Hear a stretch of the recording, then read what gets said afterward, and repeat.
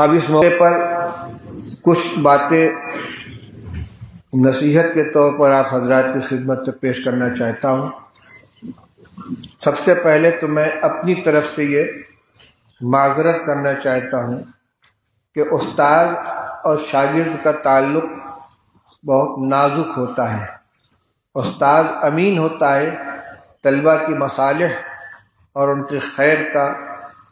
اگر اس خدمت کی ادائیگی میں میری طرف سے کوتاہی ہوئی اور یقیناً ہوئی ہے تو آپ حضرات اس کو درگزر کریں اور دامن عفو میں جگہ دیں اور دعائیں خیر کریں کہ اللہ تعالیٰ زندگی کے آخری لمحے تک حدیث پاک کی خدمت سے وابستہ رکھے اور اس عبد ضعیف اور عبد ظلوم و جہول کے ذریعے جو خدمت انجام پائی اس کو شرف قبولیت سے نوازے۔ آپ نے تعلیم کا ایک مرحلہ مکمل کیا ہے، لیکن اساتذہ فراغت کے موقع پر طلبہ کو یہ تلقین کیا کرتے ہیں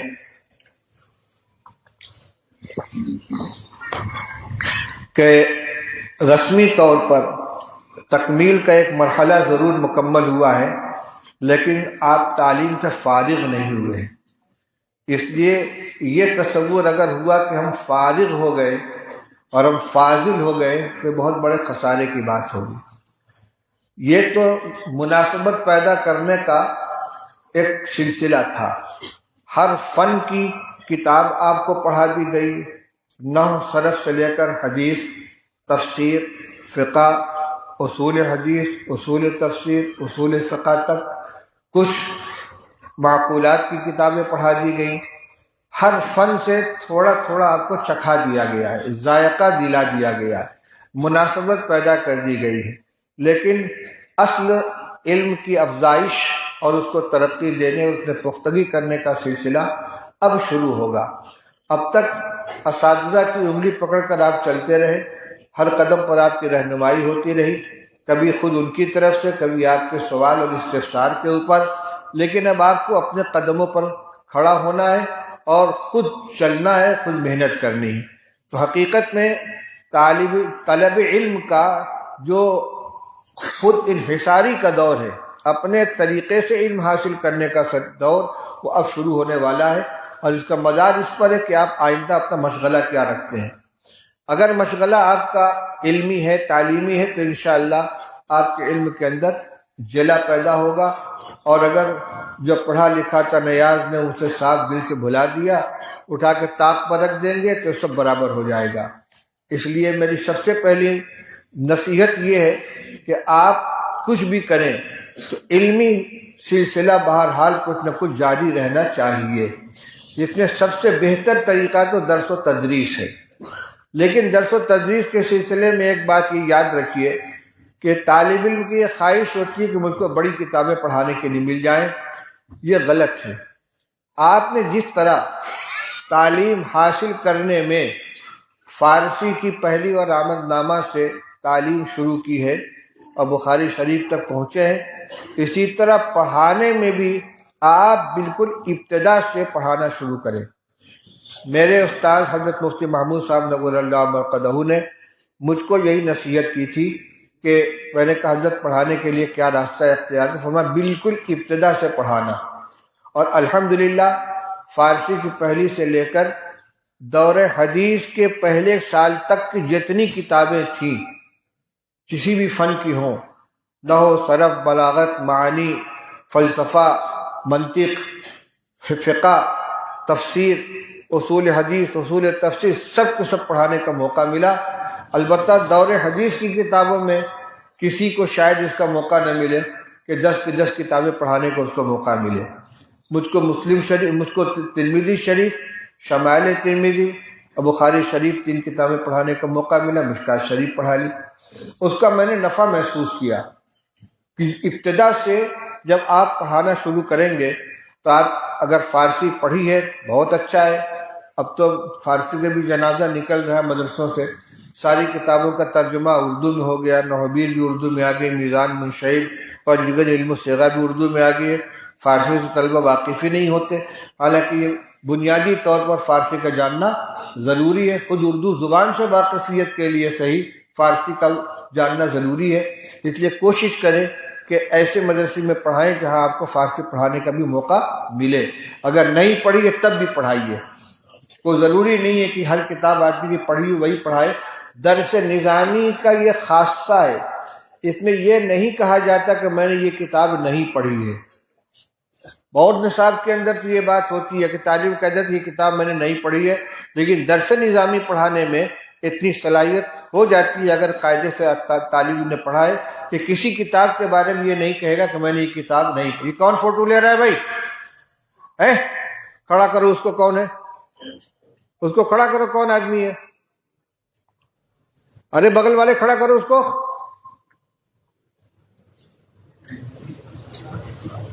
نالائق کہیں کے منع کر دیا، سمجھ میں نہیں آتا. حرام کام کرتے بیٹھ کر.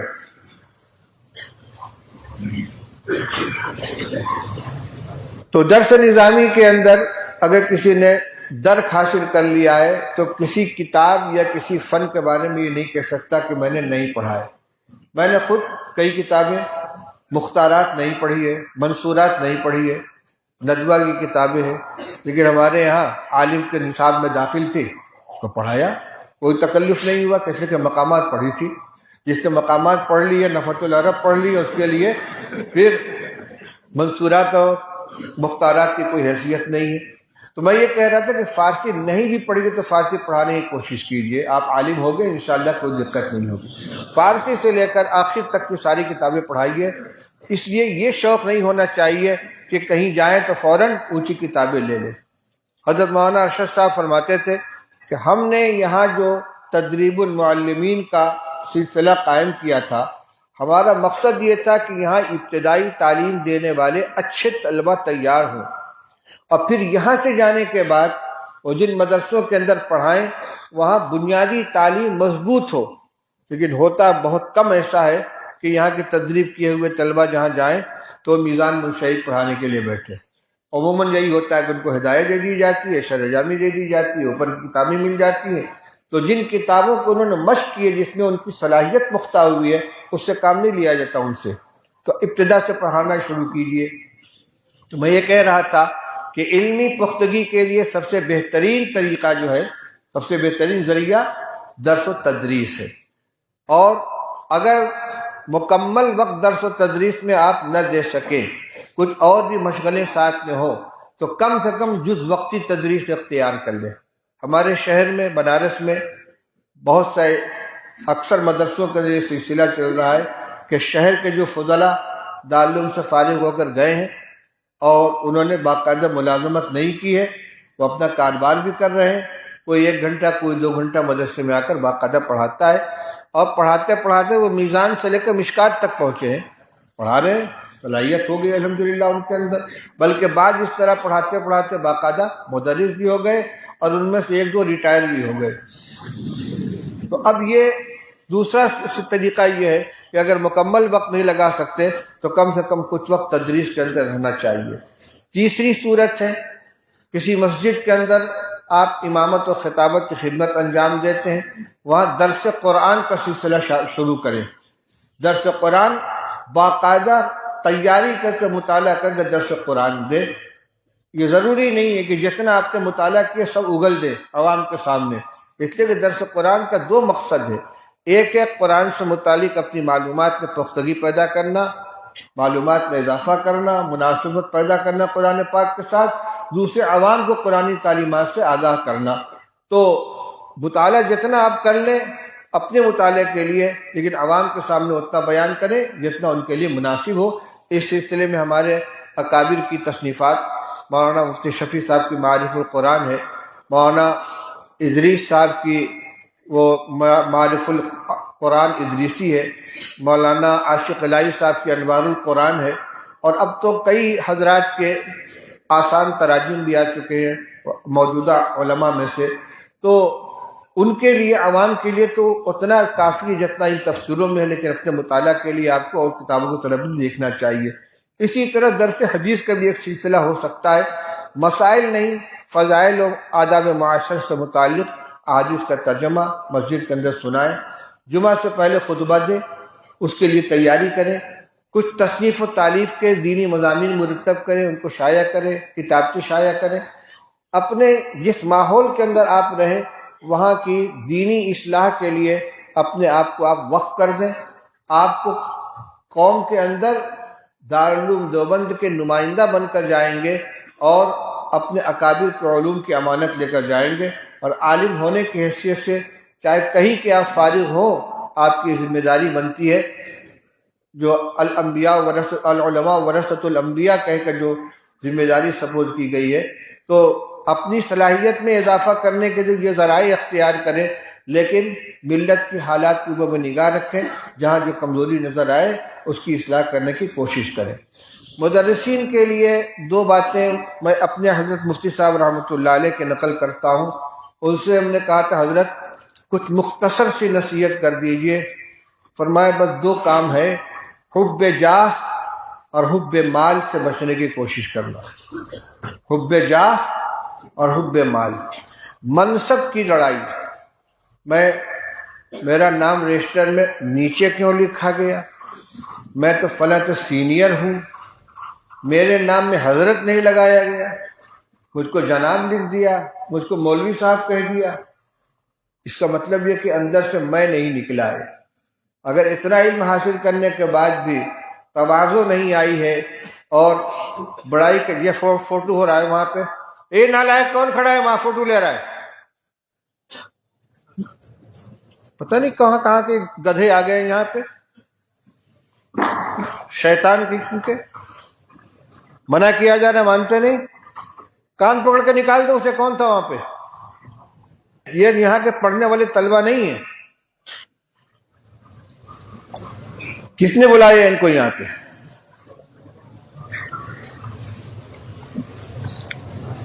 یہ جو بات میں نے عرض کی حقیقت میں یہ حدیث پاک کا مفہوم ہے۔ حضرت رسول پاک صلی اللہ علیہ وسلم نے ارشاد فرمایا ما ذئبان جائعان ارسلا فی غنم بافسد لها من حب الرجل لمالہ ولشرفہ لدینہ او کما قال رسول اللہ صلی اللہ علیہ وسلم۔ آپ نے ارشاد فرمایا کہ دو بھوکے بھیڑیے جو کسی بکری کے ریوڑ پر آزاد چھوڑ دیے جائیں، وہ ریوڑ کو اتنا نقصان نہیں پہنچائیں گے جتنا مال اور شرف کی محبت آدمی کے دین کو نقصان پہنچاتی ہے۔ کچھ سمجھ میں آیا؟ دو بھوکے بھیڑیے بکریوں کے ریوڑ پر آزاد چھوڑ دیے جائیں جن کا کوئی نگراں نہیں ہے، کتنی تباہی مچائیں گے؟ ایک کو بھی زندہ چھوڑیں گے؟ نہیں۔ فرمایا جتنا نقصان ان دو بھیڑیوں کا بکری کے ریوڑ میں ہو سکتا ہے، اس سے زیادہ عہدے اور مال کی محبت آدمی کے دین کو نقصان پہنچاتی ہے۔ اس لیے آپ کسی ادارے میں جائیں تو کبھی عہدے کی طلب نہ کریں اور کبھی تنخواہ کے لیے لڑائی نہ کریں کہ میری تنخواہ میں اضافہ کیا جائے، مجھ کو اتنا دیا جائے۔ آپ تو جو کچھ کریں اللہ کے لیے کریں، اللہ آپ کی ضرورت پوری کرے گا، انشاءاللہ آپ کی کفالت ہوگی۔ یہ کم سے کم یہ دو چیزیں اپنے اندر پختہ کر لیں کہ ہم مال کے لیے کبھی لڑائی نہیں کریں گے، عہدے کے لیے کبھی جھگڑا نہیں کریں گے۔ دیکھیے اللہ آپ کو کتنا اونچا اٹھاتے، کتنی عزت آپ کو ملتی ہے۔ دوسری بات مسلک کے سلسلے میں عرض کرنی ہے۔ اکابر علماء دیوبند کے مسلک کو مضبوطی کے ساتھ تھامیے، کیونکہ یہ معتدل ترین مسلک ہے، اور اس کے بنیاد کون ہے؟ حضرت مولانا محمد قاسم صاحب نانوتوی، حضرت مولانا رشید احمد صاحب گنگوہی، حضرت مولانا اشرف علی صاحب تھانوی، حضرت مولانا محمود حسن صاحب دیوبندی، اور پھر وہی سلسلہ چلا آیا حضرت مولانا حسین احمد صاحب مدنی، حضرت مولانا فخر الدین صاحب، اور آج تک جو ہمارے اساتذہ کرام ہیں ان کا جو مسلک اور مشرب ہے، اس کے اوپر مضبوطی سے قائم رہیں۔ دائیں بائیں ذرا سے بھی آپ پیر نکالیں گے گمراہی کے گڈھے میں جا پڑیں گے۔ اس لیے اس کو ایک سال چاہے آپ نے یہاں تعلیم حاصل کی ہو یا 10 سال تعلیم حاصل کی ہو، آپ قاسمیت کے لیبل لگا کے جو جا رہے ہیں تو اس قاسمیت کی حفاظت کریں۔ سنت سے محبت، توحید خالص، اتباع سنت، دینی حمیت و دینی غیرت یہ آپ کے اندر رہنی چاہیے، اور اپنے صرف مفاد کو پیش نظر رکھیں بلکہ اپنے قوم، اپنے برادری، اپنے شہر، اپنے محلے کی دینی بے خواہی کا جذبہ آپ کے اندر موزن رہنا چاہیے۔ اس زمانے میں جو فتنے بہت زیادہ سر اٹھائے ہوئے ہیں، ارتداد اور تشکیک، نوجوانوں کے اندر دین کے اعتبار سے تشکیک پیدا کی جا رہی ہے۔ بہت سے محروم قسمت جنہوں نے اسلام کا دامن چھوڑ دیا ہے، اسلام سے نکل گئے ہیں، باقاعدہ چینل بنا کر ایکس مسلم کے نام سے، یعنی سابق مسلم کے نام سے وہ پروگرام چلاتے ہیں، اور فرقہ پرستوں کی طرف سے ان کی بھرپور مالی مدد کی جاتی ہے۔ ایسے چینل کو سننا اور اس کو دیکھنا یہ اپنے ایمان سے ہاتھ دھونا ہے۔ خدا نخواستہ اگر اب ایمان کے سلسلے میں تھوڑا سا بھی شک اور تردد دل کے اندر پیدا ہو گیا تو یہ بہت بڑا خسارہ ہوگا۔ اس لیے اول تو میڈیا کے اندر آئی ہوئی ہر چیز کو سے تعلق نہیں رکھنا چاہیے، ہر ایک کچے پکے بیان کو سننا نہیں چاہیے، ہر تحریر کو پڑھنا نہیں چاہیے۔ اکابر کی مستند علماء کرام کی تحریروں کو پڑھیں، ان کا بیانات کو سنیں، لیکن ہر وہ چیز جو وائرل ہو رہی ہے، واٹس ایپ کے اوپر آ رہی ہے اور فیس بک کے اوپر آ رہی ہے، اس کو پڑھیں اور اس کو سنیں۔ اس میں گمراہی کا خطرہ ہے اور اسی راستے سے لوگ شک و شبہ کے شکار ہوتے ہیں۔ تو آج کے زمانے میں دو کام بہت زیادہ کیا جا رہا ہے۔ ایک تو صاف ارتداد ہے، خاص طور سے مسلمان لڑکیاں غیروں کے ساتھ جا رہی ہیں، کبھی شادی کے نام سے، کبھی ویسے ہی، اور ان کا انجام بڑا خراب ہوتا ہے۔ عزت کی پامالی، پھر یا تو ان کو قتل کر دیا جاتا ہے یا ایسے حال میں پہنچا دیا جاتا ہے کہ پھر وہ نہ گھر کے رہتی نہ گھاٹ کے رہتی۔ تو ارتداد سے بچانا، اور دوسرے نوجوانوں کو دینی تعلیم سے آگاہ کرنا۔ بہت بڑی تعداد ہے مسلم نوجوانوں کی جو کلمہ بھی نہیں جانتے، لا الہ الا اللہ محمد رسول اللہ کا تلفظ بھی نہیں جانتے۔ آپ کی ذمہ داری صرف اتنی نہیں ہوگی کہ آپ مسجد کے اندر، مدرسے کے اندر بیٹھ کر بخاری شریف اور مسلم شریف پڑھا لیں، بلکہ مسجد اور مدرسے کے اطراف میں جو لوگ ہیں ان کا جائزہ لیں۔ بالغین کے لیے تشریح قرآن اور دینی تعلیم کے مراکز قائم کریں۔ اور اس وقت مکاتب کا سلسلہ ہمارے تمام اکابر کی طرف سے بہت زور و شور کے ساتھ جاری کیا جا رہا ہے، اس پر بہت زور لگایا جا رہا ہے۔ آج کے اس مجلس میں خاص طور سے مجھے ذمہ داروں کی طرف سے ہدایت بھی دی گئی ہے کہ طلبہ کے سامنے آپ اس موضوع کو چھیڑ دیں کہ مکاتب کے قیام پر زیادہ سے زیادہ توجہ دیں۔ ہر ایک کو موقع نہیں ملے گا کہ مدرسے میں جا کر وہ درسی کتاب پڑھانا شروع کر دے، اس لیے آپ کسی مسجد کے اندر نماز پڑھائیے، چاہے باقاعدہ امام بن کر یا ویسے ہی، اور اپنے محلے کے مسجد میں اگر وہاں مکتب نہیں ہے تو فوراً مکتب قائم کیجیے۔ وہ بچے جو اسکول جاتے ہیں ان کا 1 گھنٹہ 2 گھنٹہ ترتیب کے بنا کر آپ اپنے یہاں مکتب قائم کیجیے اور ان کو بنیادی دینی تعلیم سے آراستہ کیجیے۔ تعلیم الاسلام ہے اور دینیات کی دوسری کتابیں ہیں، نورانی قاعدہ ہے، قرآن پڑھنا ان کو آ جائے، کلمہ پڑھنا آ جائے، عربی پڑھنا آ جائے، تھوڑی سی اردو سیکھ لے۔ منظم مکاتب کا سلسلہ جہاں چل رہا ہے وہ تو بہت کامیاب ہے، دار جمعیت علماء ہند ہے، ادارے دینیات ہے، اور بھی بعض تنظیمیں ہیں جو منظم مکاتب کا سلسلہ چلا رہی ہیں۔ آپ ان کے ذمہ داروں سے رابطہ کریں، اپنے مقامی جمعیت علماء کے ذمہ داروں سے رابطہ کریں، وہ آپ کی رہنمائی کریں گے، اور دہلی کے دفتر سے بھی رابطہ قائم کر سکتے ہیں۔ میرا مقصد کسی مخصوص تنظیم یا کسی مخصوص جماعت کے مکاتب کو قیام پر زور دینا نہیں ہے، بلکہ میں یہ چاہتا ہوں کہ ہر طالب علم اپنے علاقے کے اندر مکتب خود چلائے یا مکتب چلانے کا نظام قائم کرے، تاکہ کوئی مسلمان بچہ جو ہے وہ دینی تعلیم سے محروم نہ رہ جائے۔ یہ چند باتیں جو ضروری تھیں وہ آپ کے سامنے عرض کی گئی، اور بس اپنی ذاتی زندگی کے اندر بھی آپ نمونہ بن کر رہیں اپنے معاشرے کے اندر. اگرچہ شرعاً حجت صرف نبی صلی اللہ علیہ وسلم کی زندگی ہے، کسی کا عمل حجت قاطعہ نہیں ہے، لیکن بہرحال دین الفاظ اور کتابوں کے مقابلے میں عمل سے زیادہ لیا جاتا ہے. رسول اللہ صلی اللہ علیہ وسلم نے بھی فرمایا تھا صلو کما رأیتمونی اصلی، جیسے مجھے نماز پڑھتے ہوئے دیکھو ویسے تم پڑھو. اور شاید اتنے بڑے مجمع میں کوئی ایک فرد ہوگا جس نے ابتداءً نماز کتاب سے سیکھی ہو. ہر آدمی کیا کرتا ہے؟ دوسروں کو دیکھتا ہے. اسی لیے تو حکم دیا کہ بچہ 7 سال کا ہو جائے تو اس کو نماز کا حکم کرو، 10 سال کا ہو جائے نماز نہ پڑھے تو اس کی پٹائی کرو. وہ سیکھنا شروع کرتا عمل کے ذریعے سے. تو آپ نمونہ بنے عمل کا. آپ کے عمل کو دیکھ کر لوگ مثال پیش کریں گے فلاں مولانا صاحب کو میں نے عمل کرتے ہوئے دیکھا ہے. ہمارے محلے میں ایک صاحب تھے قمر الدین صاحب، انتقال ہو گیا. اور ایک اس عالم گزرے ہمارے مولانا احمد اللہ بنارسی، جو شیخ الہند رحمۃ اللہ علیہ کے شاگرد تھے. انہی نے مدرسہ قائم کیا تھا، مدرسہ محمود المدارس، جو بعد میں جامعہ اسلامیہ کے نام سے موسوم ہوا. سن 1900 میں مدرسہ قائم ہوا ہے، 1318 ہجری میں. شیخ الہند رحمۃ اللہ علیہ کے شاگرد تھے مولانا احمد اللہ صاحب. تو ہمارے قمر الدین صاحب کا تقیہ کلام تھا یہ، میں نے مولوی احمد اللہ صاحب کو ایسا کرتے ہوئے دیکھا ہے.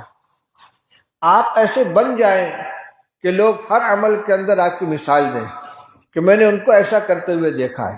ہمارے اکابر کا یہی طریقہ تھا. میں نے لطیفہ سنایا تھا کہ طلبہ کے درمیان یہ گفتگو ہونے لگی کہ بھائی 2 سنتیں ہیں جن پر بظاہر دونوں پر ایک ساتھ عمل نہیں ہو پاتا. مسجد میں داخل ہونے کی سنت یہ ہے کہ پہلے دایاں پیر مسجد میں رکھا جائے، اور نکلنے کی سنت یہ کہ پہلے بایاں پاؤں باہر نکالا جائے. اور جوتا پہننے کی سنت کیا ہے؟ پہلے دائیں پیر میں پہنا جائے، اور اتارنے کی سنت کیا ہے؟ بائیں سے نکالا جائے. بھائی ایک آدمی مسجد میں پہنچتا ہے، مسجد میں اس کو قدم رکھنا ہے تو کیا کرے؟ اگر بائیں پیر سے جوتا نکالتا ہے اور مسجد میں داخل ہوتا ہے تو ایک سنت چھوٹتی ہے مسجد میں داخل ہونے کی، اور داہنے پیر سے پہلے جوتا نکال کے مسجد میں رکھتا ہے تو ایک سنت چھوٹتی ہے. کون سی؟ جوتا اتارنے کی. کیا کیا جائے کہ حضرت گنگوئی رحمۃ اللہ علیہ کے تلامذہ تک حضرت کو دیکھو کیا کرتے ہیں. چنانچہ نماز کا وقت ہوا، حضرت سیدری سے نکلے اور مسجد کے دروازے پہنچے، جوتی میں سے پیر نکالا بایاں اور جوتی کے اوپر رکھ لیا، اور پھر داہنا پیر نکال کے مسجد میں رکھا.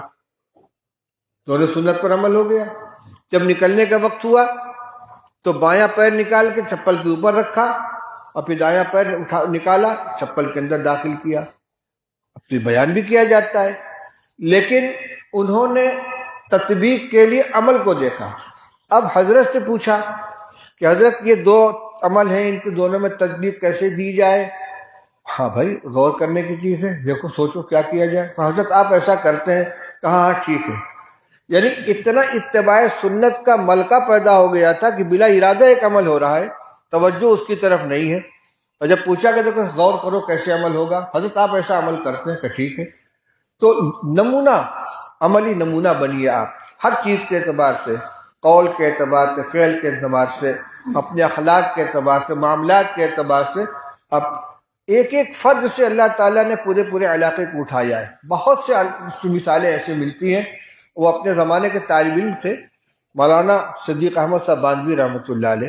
ایک بالکل جنگلی علاقہ ہے بیہڑ کا، باندہ سبادہ، وہاں کے رہنے والے پورے علاقے کو انہوں نے سنوار دیا. مولانا عبد الحلیم صاحب جونپور کے گرینی کا مدرسہ قائم، حضرت مولانا ابرار الحق صاحب رحمۃ اللہ علیہ ہردوئی کے مدرسے والے. اسی طریقے سے بہت سے ویرانوں کے اندر ایسے لوگ ملیں گے کہ ایک آدمی نے جا کر وہاں پر خدمت شروع کی ہے اور پورے علاقے کو شرک و بدعت سے پاک کر کے سنت کا گہوارہ بنا دیا ہے. ہمت کریں تو انشاءاللہ اللہ تعالیٰ آپ سے بھی کام دیں گے. بس انہی چند باتوں کے بعد گفتگو ختم کرتا ہوں. اب سب سے آخر میں تمام طلبہ سے بڑی لجاجت کے ساتھ یہ استدعا کر رہا ہوں کہ میرے کسی طرز عمل سے، میری کسی گفتگو سے اگر کسی کی دل شکنی ہوئی ہو تو اس کو یہیں پر معاف کر کے اٹھے۔ زندگی کے آخری مراحل چل رہے ہیں، تقریباً 80 سال عمر ہو گئی ہے، جو ہمارے خاندان کے طبی عمر سے بھی آگے بڑھی ہوئی ہے۔ معلوم نہیں کس وقت بلاوا آ جائے اور کون سی ملاقات آخری ملاقات ثابت ہو۔ اللہ تعالیٰ آخرت کی رسوائی سے بچائے۔ آپ حضرات کے حقوق کی ادائیگی میں جو کوتاہی ہوئی اللہ تعالیٰ اس کو معاف فرما دے۔ کتاب کا جو حق ہے وہ بھی ادا نہیں ہو سکتا، طالب علم کا جو حق استاذ کے اوپر اس میں بھی کوتاہیاں ہوتی ہیں۔ دعا فرما لے بھائی، جتنی پرچیاں یہاں پر رکھی ہوئی ہیں جی بھائی طلباء کی طرف سے، ہاں اگر کوئی بات ہوئی ہو تو میں اسی مجلس کے اندر اس کو ختم کر دیتا ہوں، آگے کوئی معاملہ نہیں رہتا۔ ایک پرچی ایک ترجمان کی طرف سے بھی آئی ہے کہ ترجمان اور اس کے معاونین کی جانب سے جو تکلیف ہوئی ہو اس کے لیے ترجمان اور اس کے معاونین کو آپ حضرات درگزر فرما دیں۔ ہو سکتا ہے کسی کو تکلیف پہنچی ہو، لیکن یہ معاملہ یہیں ختم ہو جانا چاہیے۔ معاف کر دینا سب سے بڑا انتقام ہوتا ہے۔ مولانا ہمارے اکابر میں مولانا قمر الزمان صاحب الہ آبادی، ہمارے استاد گرامی دارالجامع دارالعلوم دیوبند کے مولانا قمر الزمان صاحب، ان دونوں حضرات کے لیے خاص طور سے دعا کی پرچی آئی ہے، اور تمام اساتذہ حضرت مولانا نعمت اللہ صاحب اس زمانے میں غنیمت کبریٰ ہیں، کمزور بھی ہیں، عمر بھی ہو گئی ہے، اللہ تعالیٰ ان کی عمر میں برکت عطا فرمائے۔ حضرت مولانا ارشد صاحب ہے، اللہ ان کو عمر برکت عطا فرمائے، اور بھی ملک بھر کے اندر ہمارے سلسلے کے اکابر مشائخ اساتذہ جو رہ گئے ہیں، اللہ تعالیٰ ان کو عمروں میں برکت عطا فرمائے، ان کے فیوض سے ہم سب کو متمتع فرمائے۔ اللہم صلی علی سیدنا و شفیعنا و حبیبنا و نبینا مولانا محمد و آلہ و صحبہ وبارک وسلم۔ لا الہ الا اللہ الحلیم الکریم، سبحان اللہ رب العرش العظیم، والحمد للہ رب العالمین، نسألک موجبات رحمتک وعزائم مغفرتک والسلامة من كل إثم والغنیمة من كل بر۔ اللهم لا تدع لنا ذنبا إلا غفرته ولا هما إلا فرجته ولا ضرا إلا كشفته ولا مبتلا إلا عافيته ولا أسيرا إلا فككته ولا حاجة من حوائج الدنيا والآخرة هي لك رضا إلا قضيتها يا أرحم الراحمين۔ إليك ربي فحببنا وفي أنفسنا ربي فذللنا وفي أعين الناس فعظمنا ومن سيء الأخلاق فجنبنا وعلى صالح الأعمال فقومنا وعلى صراطك المستقيم فثبتنا وعلى أعدائك أعداء الإسلام والمسلمين فانصرنا۔ اللهم إنا نسألك العفو والعافية والمعافاة الدائمة في الدنيا والآخرة۔ اللهم إنا نسألك العفو والعافية، اللهم إنا نسألك العفو والعافية والمعافاة الدائمة في الدنيا والآخرة۔ اللهم إنا نسألك الهدى والتقى والعفاف والغنى، يا حي يا قيوم برحمتك نستغيث، يا حي يا قيوم برحمتك نستغيث، يا حي يا قيوم برحمتك نستغيث، أصلح لنا شأننا كله ولا تكلنا إلى أنفسنا طرفة عين، يا حي يا قيوم برحمتك نستغيث، أصلح لنا شأننا كله ولا تكلنا إلى أنفسنا طرفة عين۔ اللهم اجعل سريرتنا خيرا من علانيتنا، اللهم اجعل سريرتنا خيرا من علانيتنا واجعل علانيتنا صالحة۔ اللهم أصلح لنا ديننا الذي هو عصمة أمرنا، وأصلح لنا دنيانا التي فيها معاشنا، وأصلح لنا آخرتنا التي فيها معادنا۔ اللهم إنا نعوذ بك من الهم والحزن، ونعوذ بك من العجز والكسل، ونعوذ بك من الجبن والبخل، ونعوذ بك من غلبة الدين وقهر الرجال۔ اللهم إنا نعوذ بك من جهد البلاء ودرك الشقاء وسوء القضاء وشماتة الأعداء، لا إله إلا أنت سبحانك إني كنت من الظالمين۔ اللهم إنا نسألك من خير ما سألك من نبيك محمد صلى الله عليه وسلم، ونعوذ بك من شر ما استعاذك منه نبيك محمد صلى الله عليه وسلم أنت المستعان وعليك البلاغ ولا حول ولا قوة إلا بالله العلي العظيم. اللهم إنا نسألك علما نافعا وعملا صالحا وفهما سليما وعقلا مستقيما. اللهم إنا نسألك العلم النافع وعملا صالحا والشفاء من كل داء. يا حي يا قيوم برحمتك نستغيث أصلح لنا شأننا كله ولا تكلنا إلى أنفسنا طرفة عين. اے اللہ ہم سب کے گناہوں کو معاف فرما دے، ہماری تمام سیئات سے درگزر فرما دے. اے اللہ ہم نے دن رات کھلے میں چھپے میں جان جان کر تیری نافرمانیاں کی ہیں. اے اللہ تیری تمام نعمتوں کی ناقدریاں کی ہیں. اے اللہ آنکھوں کو بھی غلط استعمال کیا، زبان کو بھی غلط استعمال کیا، آنکھ کان کو بھی غلط استعمال کیا. اے اللہ ہمارے جرم کو معاف فرما دے. اے اللہ محشر کی رسوائی سے حفاظت فرما. اللہ محشر کی رسوائی سے حفاظت فرما. اے اللہ تو نے علم کی جو نعمت ہمیں عطا فرمائی تھی ہم اس کا حق ادا نہیں کر سکے. اے اللہ اس جرم کو معاف فرما دے. اے اللہ تیرے حبیب صلی اللہ علیہ وسلم کے حدیث کا مجموعہ، حدیث کی متبرک کتاب ہمارے حوالے کی گئی. اے اللہ اس کے آداب کی رعایت نہیں ہو سکی. اے اللہ اس غلطی کو معاف فرما دے. اے اللہ پڑھنے میں جو غلطیاں ہوئی ان کو ہی معاف فرما دے، پڑھانے میں جو غلطیاں ہوئی انہیں معاف فرما دے. اے اللہ علم حدیث کے نور سے ہمارے قلب کو مالا مال فرما دے. اے اللہ جو طلبہ اس درس کے اندر شریک رہیں اے اللہ ہر ایک کے علم میں برکت عطا فرما، دین کی خدمت کے لیے قبول فرما. اے اللہ دین کی خدمت کے لیے قبول فرما. ہر ایک کو غباوت و غوایت سے حفاظت فرما، گمراہی سے حفاظت فرما، غلط افکار و نظریات سے حفاظت فرما. دین کی خدمت کے لیے ہر ایک کو قبول فرما. اے اللہ دارالعلوم دیوبند کی حفاظت فرما. اللہ دارالعلوم دیوبند کی حفاظت فرما. اے اللہ ظاہری و باطنی ہر طرح کے فتنوں سے حفاظت فرما. اے اللہ ظالموں کے ظلم سے نجات عطا فرما، بدخواہوں کی بدخواہی سے حفاظت فرما. اے اللہ ملک کے حالات کو درست فرما دے. اے اللہ مسلمانوں کے دشمنوں سے اللہ تو انتقام لے لے. اے اللہ مسلمانوں کو عزت و سربلندی عطا فرما، دین پر چلنے کی توفیق نصیب فرما، اپنی مدد و نصرت شامل حال فرما. اے اللہ ہمارے جتنے اکابر زندہ ان کی عمروں میں برکت عطا فرما. اے اللہ جن کے علوم سے جن کی کتابوں سے ہم نے نفع اٹھایا اے اللہ ان کا بھرپور صلہ ان کو عطا فرما.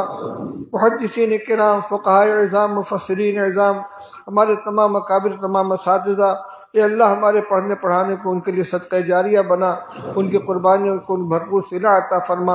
اے اللہ آج کی مجلس میں جو نکاح ہوئے ہیں اے اللہ ان کے اندر خیر و برکت عطا فرما. زوجین کے درمیان الفت و محبت پیدا فرما، ایک دوسرے کے حقوق کو ادا کرنے کی توفیق عطا فرما. صالح اولاد نصیب فرما، پاک دامنی کا ذریعہ بنا.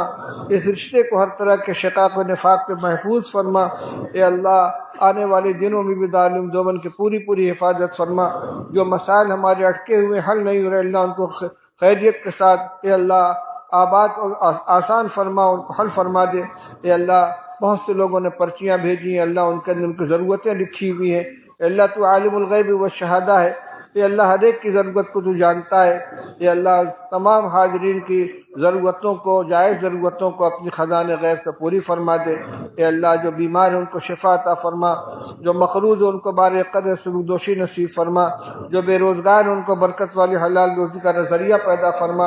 اے اللہ جو بچے بچیاں بغیر نکاح کے ہیں اے اللہ ان کو مناسب رشتہ عطا فرما. والدین کے سر کی ذمہ داری کو آسانی کے ساتھ سبکدوش ہونے کی توفیق عطا فرما، بچیوں کو مناسب رشتہ عطا فرما. اے اللہ ہم سب کے ایمان کی حفاظت فرما، ہمارے نوجوانوں کے ایمان کی حفاظت فرما، ہماری بچیوں کے ایمان و عصمت و عفت کی حفاظت فرما. اے اللہ جن جن لوگوں نے دعاؤں کے لیے کہا ہے، درخواست کی ہے یا متمنی یا ان کا ہمارے اوپر حق ہے اے اللہ ہر ایک کی ضرورت پوری فرما، ہر ایک کی خواہش پوری فرما، ہر ایک کو اس کی برکتیں عطا فرما. ربنا آتنا فی الدنیا حسنۃ وفی الآخرۃ حسنۃ وقنا عذاب النار. اے اللہ جن جن لوگوں نے جن جن مقاصد کے لیے دعاؤں کی درخواست کی ہے اللہ ہر ایک کو ان کا مقاصد کرنے کامیابی نصیب فرما.